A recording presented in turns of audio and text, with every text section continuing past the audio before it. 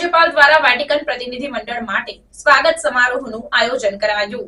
ગોવાના રાજ્યપાલ પીએસ શ્રીધરન પિલ્લઈએ વેટિકનના 9 સભ્યોના પ્રતિનિધિ મંડળ માટે સ્વાગત સમારોહ યોજ્યો, જેનું નેતૃત્વ his eminence archbishop George Jacob Koovakad cardinal elect દ્વારા કરવામાં આવ્યું હતું। બુધવારે પણજીના રાજભવનમાં આ કાર્યક્રમ યોજાયો, જે ભારત અને વેટિકન વચ્ચેના કૂટનીતિના સંબંધોમાં મહત્વપૂર્ણ ક્ષણ છે।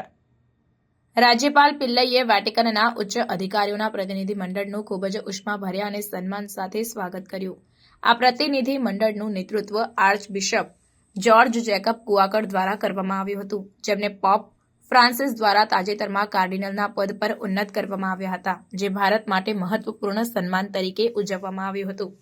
રાજ્યપાલે પ્રતિનિધિ મંડળના દરેક સભ્યને ભગવદ્ ગીતાની નકલો ભેટ આપી, જે બંને એકમો વચ્ચેના સાંસ્કૃતિક અને આધ્યાત્મિક વિનિમયનું પ્રતીક છે।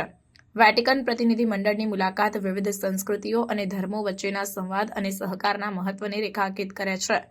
આર્ચબિશપ કુઆકડે રાજ્યપાલ પિલ્લઈનો આભાર વ્યક્ત કર્યો અને પોપ ફ્રાન્સિસ ભારત અને તેની સમૃદ્ધ સાંસ્કૃતિક વારસાને કેટલું ઊંડું સન્માન આપે છે તે હાઇલાઇટ કર્યું।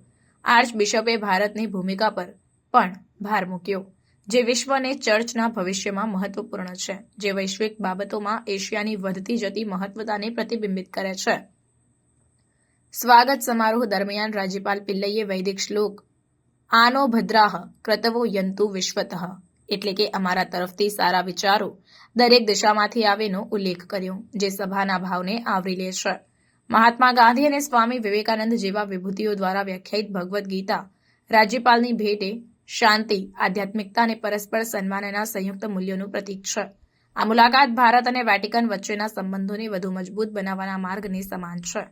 રાજ્યપાલ પિલ્લઈએ આશા વ્યક્ત કરી કે આ પરસ્પર ક્રિયા વિવિધ સંસ્કૃતિઓ અને ધર્મો વચ્ચે શાંતિ અને સમજણને પ્રોત્સાહન આપવા માટે વધુ સહકારના પ્રયાસો તરફ દોરી જશે।